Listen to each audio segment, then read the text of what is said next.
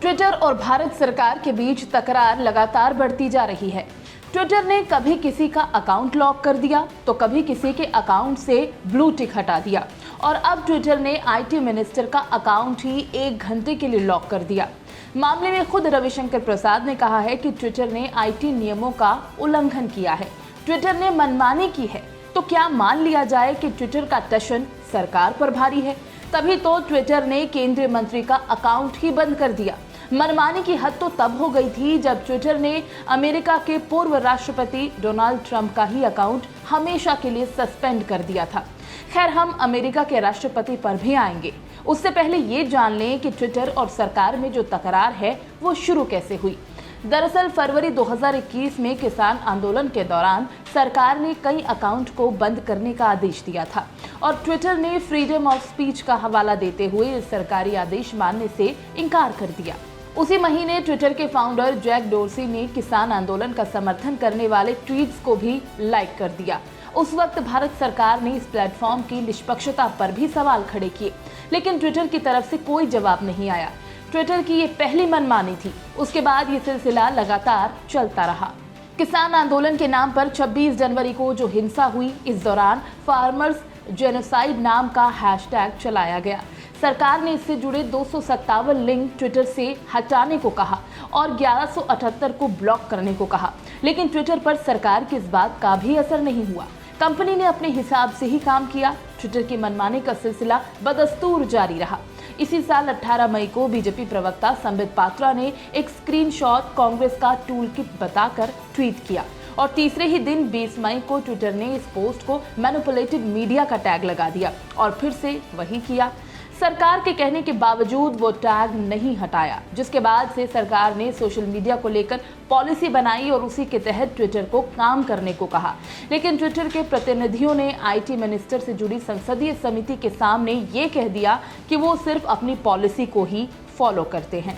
अब 5 जून की बताते हैं आपको, जब ट्विटर ने भारत के उपराष्ट्रपति वेंकैया नायडू के ऑफिशियल और पर्सनल दोनों हैंडल से ब्लू टिक हटा दिया और इस पर जब बीजेपी नेता सुरेश नाखुआ ने कहा कि ये भारतीय संविधान पर हमला है, तो ट्विटर ने ये तर्क दे दिया कि अकाउंट काफी दिनों से लॉगिन नहीं हुआ था, जिसकी वजह से ब्लू टिक हटाया गया है।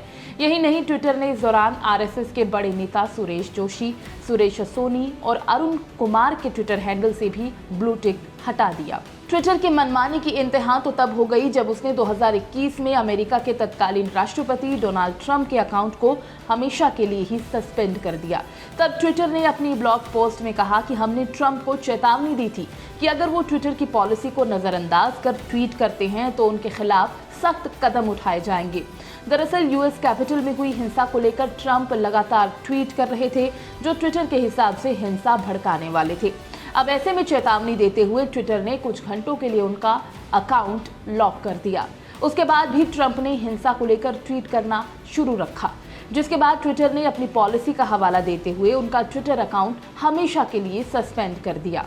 आपको बता दें कि ट्विटर 2006 में लॉन्च हुआ और 2007 से अरब के देशों में आंदोलन शुरू हुए। Bahrain, Yemen, Syria, Libya, Tunisia और मिस्र के लोगों ने सड़कों पर उतरकर अपनी सरकारों का विरोध शुरू किया। तब यहाँ के मीडिया पर सरकारों का दबाव था। उस वक्त सरकारों के विरोध के बावजूद लोगों के लिए ट्विटर हथियार बना था। 1 जून 2021 को ट्विटर ने नाइजीरिया राष्ट्रपति मोहम्मद बुखारी का एक ट्वीट डिलीट कर दिया, जिसके बाद बुखारी ने इसमें गृह युद्ध का जिक्र करते हुए विरोधियों पर निशाना साधा और ट्विटर के गाइडलाइन का उल्लंघन बताकर इसे हटा दिया। इसके बाद नाइजीरिया की सरकार ने अपने देश में ट्विटर पर पूरी तरह से बैन लगा दिया, लेकिन ट्विटर ने बैन के बाद भी सरकार से समझौता नहीं किया। अब आप सोच रहे होंगे कि आखिर ट्विटर के पास ऐसी कौन सी ताकत है जो ये किसी भी देश की सरकारों से पंगा ले लेता है।